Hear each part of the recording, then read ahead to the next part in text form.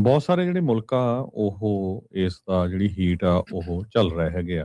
ਫਿਲੀਪਾਈਨਸ ਦੇ president ਫਰਡੀਨੰਦ ਮਾਰਕੋਸ junior ਨੇ ਕਿਹਾ ਵੀ ਨੈਸ਼ਨਲ ਐਮਰਜੈਂਸੀ ਅਸੀਂ ਡਿਕਲੇਅਰ ਕੀਤੀ ਹੈਗੀ ਆ, ਕਿਉਂਕਿ ਗੈਸ ਬਹੁਤ ਘੱਟ ਮਿਲ ਰਹੀ ਹੈਗੀ ਆ। ਪਾਕਿਸਤਾਨ ਨੇ ਜੋ ਪ੍ਰਾਈਮ ਮਿਨਿਸਟਰ ਆ ਸ਼ਾਹਬਾਜ਼ ਸ਼ਰੀਫ, ਉਹਨਾਂ ਨੇ ਅਨਾਉਂਸ ਕੀਤਾ ਆ ਵੀ ਅਸੀਂ ਬਹੁਤ ਸਖਤ ਜਿਹੜੇ ਮੈਜਰਸ ਆ ਉਹ ਲੈ ਰਹੇ ਹੈਗੇ ਆ, ਜਿਹਦੇ ਵਿੱਚ ਸਕੂਲ ਬੰਦ ਹੋਣਗੇ। ਅੱਧੀ ਪਾਪੂਲੇਸ਼ਨ ਤੇ ਪ੍ਰਾਈਵੇਟ ਸੈਕਟਰ EMPLOYEES ਨੂੰ ਇਹ ਕਿਹਾ ਗਿਆ ਵੀ ਘਰਾਂ ਤੋਂ ਹੀ ਕੰਮ ਕਰੋ, ਗੈਸ ਨੂੰ ਨਾ ਯੂਜ਼ ਕਰੋ। ਸ਼੍ਰੀਲੰਕਾ ਨੇ ਇਦਾਂ ਦਾ ਸਿਸਟਮ ਯੂਜ਼ ਕੀਤਾ ਹੈ ਵੀ ਉਹਨਾਂ ਨੂੰ ਸਪੈਸੀਫਿਕ ਦਿਨ ਦਿੱਤੇ ਗਏ ਵੀ ਇਸ ਦਿਨ ਆ ਕੇ ਤੁਸੀਂ ਜਿਹੜੀ ਆ ਗੈਸ ਲੈ ਸਕਦੇ ਹੈਗੇ ਰਜਿਸਟ੍ਰੇਸ਼ਨ ਬੇਸ ਦੇ ਉੱਤੇ। ਇੰਡੋਨੇਸ਼ੀਆ ਦੇ ਪ੍ਰੈਜ਼ੀਡੈਂਟ ਸੁਬਿਆਂਤੋ, ਉਹਨਾਂ ਨੇ ਇਹ ਕਿਹਾ ਵੀ ਅਸੀਂ ਕੋਲ ਪ੍ਰੋਡਕਸ਼ਨ ਜਿਹੜੀ ਆ ਆਪਣੇ ਮੁਲਕ ਦੀ ਇਨਕਰੀਜ਼ ਕਰਨ ਜਾ ਰਹੇ ਹਾਂ। ਗ੍ਰੀਕ ਦੇ ਪ੍ਰਾਈਮ ਮਿਨਿਸਟਰ ਮਿਟਸੋ ਟਾਕਿਸ ਜੋ ਹੈਗੇ ਆ, ਉਹਨਾਂ ਨੇ ਇਹ ਕਿਹਾ ਵੀ ਅਸੀਂ ਸਬਸਿਡੀਜ਼ ਦੇਣ ਜਾ ਰਹੇ ਹਾਂ, ਖਾਸ ਕਰਕੇ ਫਿਊਲ ਤੇ ਜਿਹੜੇ ਫਰਟੀਲਾਈਜ਼ਰਸ ਹੈਗੇ ਆ ਉਹਨਾਂ ਨੂੰ, ਤਾਂ ਕਿ ਜਿਹੜਾ ਆ ਇਹ ਜਿਹੜੀ ਹੀਟ ਆ ਲੋਕਾਂ ਦੇ ਉੱਤੇ ਨਾ ਹੋਵੇ। ਇਰਾਨ ਦੇ ਸੋਰਸਸ ਗੱਲਬਾਤ ਕਰ ਰਹੇ ਹੈਗੇ ਆ, ਇਹ ਹਜੇ ਡਿਟੇਲ ਕੋਈ ਨਹੀਂ ਆਈ ਹੈਗੀ। ਉਧਰ ਧੜਾ ਧੜ ਇਰਾਨ ਵਾਲੇ ਸੌਰੀ ਇਜ਼ਰਾਈਲ ਵਾਲੇ ਲੈਬਨਾਨ ਦੇ ਉੱਤੇ ਜਿਹੜੀਆਂ ਆ ਆਪਣੀਆਂ ਮਿਜ਼ਾਈਲਸ ਆ ਉਹ ਸਿੱਟ ਰਹੇ ਹੈਗੇ। ਉੱਥੇ 2 ਲੋਕਾਂ ਦੀ 4 ਫੱਟੜ ਹੋਏ ਆ ਤੇ 2 ਜਣਿਆਂ ਦੀ ਮੌਤ ਵੀ ਹੋਈ ਹੈਗੀ ਆ। ਬਿਜ਼ਨਸ ਜਿਹੜੇ ਯੂਰਪ ਦੇ ਵਿੱਚ UK ਦੇ ਵਿੱਚ ਕਾਫੀ ਹਿੱਟ ਹੋ ਰਹੇ ਆ, ਲੋਕ ਘੱਟ ਸਮਾਨ ਖਰੀਦ ਰਹੇ ਹੈਗੇ ਆ। ਸੋ ਸਿਚੁਏਸ਼ਨ ਕਾਫੀ ਮਿਡਲ ਈਸਟ ਦੇ ਵਿੱਚ ਬੈਡ ਬਣੀ ਹੋਈ ਹੈਗੀ ਆ। ਲੈਬਨਾਨ ਨੇ ਇਰਾਨ ਦਾ ਐਂਬੈਸਡਰ ਉੱਥੋਂ ਆਪਣੇ ਮੁਲਕ ਚੋਂ ਕੱਢ ਦਿੱਤਾ ਹੈ, ਕਹਿੰਦੇ ਵੀ ਉਹਨਾਂ ਨੇ ਡਿਪਲੋਮੈਟਿਕ ਨਾਰਮਸ ਨੂੰ ਵਾਇਲੇਟ ਕੀਤਾ ਹੈਗਾ। ਇਰਾਨ ਵਾਲਿਆਂ ਨੇ IRGC ਕਮਾਂਡਰ ਨੂੰ ਅਪਾਇੰਟ ਕੀਤਾ ਹੈਗਾ, ਜੋ ਕਿ ਲੀਡ ਕਰੂਗਾ। ਸੋ ਈਵਨ ਦੋ ਕਹਿੰਦੇ ਵੀ ਜੰਗ ਖਤਮ ਵੀ ਹੋ ਜਾਏ ਤੇ ਗੈਸ ਪ੍ਰਾਈਸਸ ਇੱਕਦਮ ਥੱਲੇ ਨਹੀਂ ਆਣਗੀਆਂ। ਤੇ ਇਜ਼ਰਾਈਲ ਨੇ ਇਰਾਨ ਦੇ ਡਿਫੈਂਸ ਮਿਨਿਸਟਰੀ ਨੂੰ ਵੀ ਹਿੱਟ ਕੀਤਾ ਹੈਗਾ ਤੇ ਕਹਿੰਦੇ ਅਸੀਂ ਆਉਣ ਵਾਲੇ ਸਮੇਂ 'ਚ ਵੀ ਇਸੇ ਤਰ੍ਹਾਂ ਹਿੱਟ ਕਰਦੇ ਰਹਾਂਗੇ। Air strike Iran back forces ਨੇ ਇਰਾਕ 'ਚ ਕੀਤੀ ਆ, ਜਿਹਦੇ ਨਾਲ 15 ਲੋਕਾਂ ਦੀ ਜਿਹੜੀ ਮੌਤ ਹੋਈ ਹੈਗੀ ਆ। ਸੋ UAE ਦਾ ਜਿਹੜਾ ਐਨਰਜੀ ਦਾ ਹੈਡ ਆ, ਉਹਨਾਂ ਨੇ ਇਹ ਕਿਹਾ ਵੀ ਜਿਹੜੀ ਸਟੇਟ ਆਫ ਹਾਰਮੋਜ਼ ਆ ਉਹਨੂੰ ਬੰਦ ਕਰਨਾ ਇੱਕ ਤਰ੍ਹਾਂ ਨਾਲ ਇਕਨੋਮਿਕ ਟੈਰਰਿਜ਼ਮ ਹੈਗਾ ਆ। ਤੇ ਜੋ ਮਿਡਲ ਈਸਟ ਦੇ ਬਹੁਤ ਸਾਰੇ ਮੁਲਕ ਆ ਉਹ ਕਹਿੰਦੇ ਆ ਵੀ ਇਰਾਨ ਦੇ ਉੱਤੇ ਐਕਸ਼ਨ ਲੈਣਾ ਚਾਹੀਦਾ ਹੈਗਾ ਆ। ਸੋ ਗਲੋਬਲ ਪ੍ਰਾਈਸ ਮੈਂ ਤੁਹਾਨੂੰ ਪਹਿਲਾਂ ਵੀ ਦੱਸਿਆ ਸੀ $100 ਤੋਂ ਉੱਪਰ ਜਿਹੜੀ ਬੈਰਲ ਦੀ ਚਲੇ ਗਈ ਹੈਗੀ ਆ, ਤੇ ਕਾਫੀ ਜ਼ਿਆਦਾ ਜਿਹੜਾ ਨੁਕਸਾਨ ਆ ਉਹ ਇਜ਼ਰਾਈਲ 'ਚ ਵੀ ਹੋਇਆ ਤੇ ਇਰਾਨ ਦੇ ਵਿੱਚ ਵੀ ਹੋਇਆ। ਜੀ, ਸਾਊਦੀ ਅਰੇਬੀਆ ਇਹ ਹੁਣ ਮੰਗ ਕਰ ਰਿਹਾ ਵੀ ਕਹਿੰਦੇ ਵੀ ਇਰਾਨ ਦੀਆਂ ਜਿਹੜੀਆਂ ਮਿਜ਼ਾਈਲ ਦੀਆਂ ਕੈਪੇਬਿਲਿਟੀਜ਼ ਆ, ਜੋ ਉਹਨਾਂ ਦੀ ਸ਼ਮਤਾ ਆ, ਉਸ ਨੂੰ ਡੀਗ੍ਰੇਡ ਕੀਤਾ ਜਾਵੇ ਲੜਾਈ ਖਤਮ ਹੋਣ ਤੋਂ ਪਹਿਲਾਂ।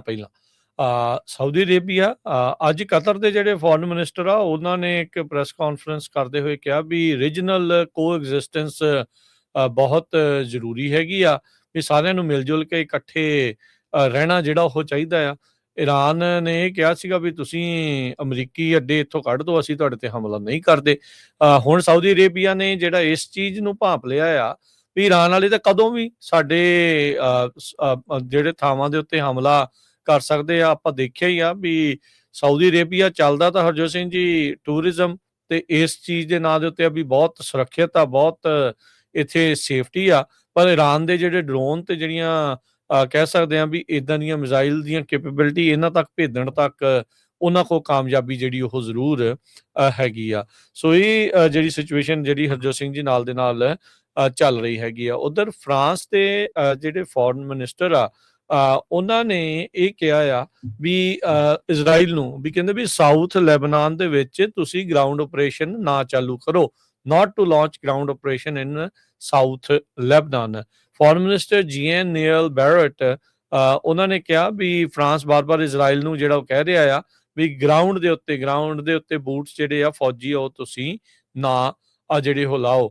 ਲਿਟਾਨੀ ਰਿਵਰ ਦਾ ਇਲਾਕੇ ਤੱਕ ਜਿੱਦਾਂ ਤੁਸੀਂ ਪਹਿਲਾਂ ਦੱਸਿਆ ਵੀ ਪੁਲ ਸਾਰੇ ਜਿਹੜੇ ਉਹਨਾਂ ਨੇ ਉਡਾ ਦਿੱਤੇ ਹੈਗੇ ਆ, ਵੀ ਇਜ਼ਰਾਈਲ ਦੀ ਆਰਮੀ ਇਹਨਾਂ ਇਲਾਕਿਆਂ ਨੂੰ ਆਪਣੇ ਅਧੀਨ, ਆਪਣੇ ਕੰਟਰੋਲ ਦੇ ਵਿੱਚ ਲੈਣਾ ਜਿਹੜਾ ਉਹ ਚਾਹੁੰਦੀ ਆ। ਉਧਰ ਇੰਡੀਆ ਦੇ ਪ੍ਰਧਾਨ ਮੰਤਰੀ ਮੋਦੀ ਤੇ ਪ੍ਰੈਜ਼ੀਡੈਂਟ ਟਰੰਪ ਆ, ਉਹਨਾਂ ਦੀ ਆਪਸ ਦੇ ਵਿੱਚ ਗੱਲਬਾਤ ਜਿਹੜੀ ਉਹ ਹੋਈ ਆ ਤੇ ਕਹਿੰਦੇ ਉਹਨਾਂ ਨੇ ਸਟੇਟ ਆਫ ਹਾਰਮੋਜ਼ ਨੂੰ ਲੈ ਕੇ ਡਿਸਕਸ ਕੀਤਾ ਆ।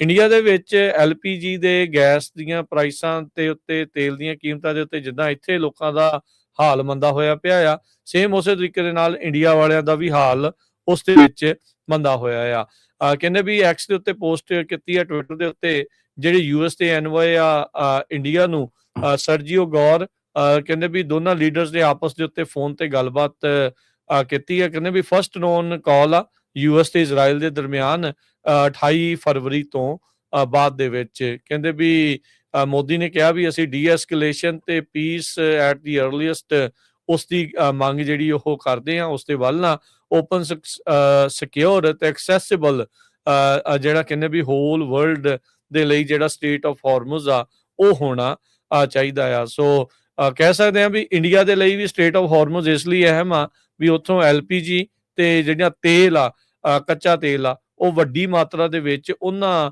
ਪੋਰਟਸ ਦੇ ਜ਼ਰੀਏ, ਉਸ ਸਮੁੰਦਰੀ ਰਾਹ ਦੇ ਜ਼ਰੀਏ ਜਿਹੜਾ ਆਉਂਦਾ ਆ, ਜਿਸ ਕਰਕੇ ਖਾਸੀ ਉਹਨਾਂ ਨੂੰ ਦਿੱਕਤ ਦਾ ਜਿਹੜਾ ਉਹ ਸਾਹਮਣਾ ਕਰਨਾ ਪੈ ਰਿਹਾ ਹੈਗਾ ਆ। ਜੀ।